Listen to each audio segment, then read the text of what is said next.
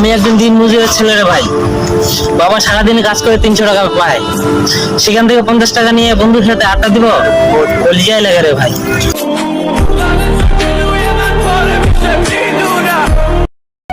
হঠাৎ করে যদি ফ্যামিলির দায়িত্ব পড়ে যায়, তাহলে বুঝবা বাস্তবতা কাকে বলে। গরিব ঘরে জন্ম, একটা 60 বছর পর বছর নিতে হয়, না চললেও চালাতে।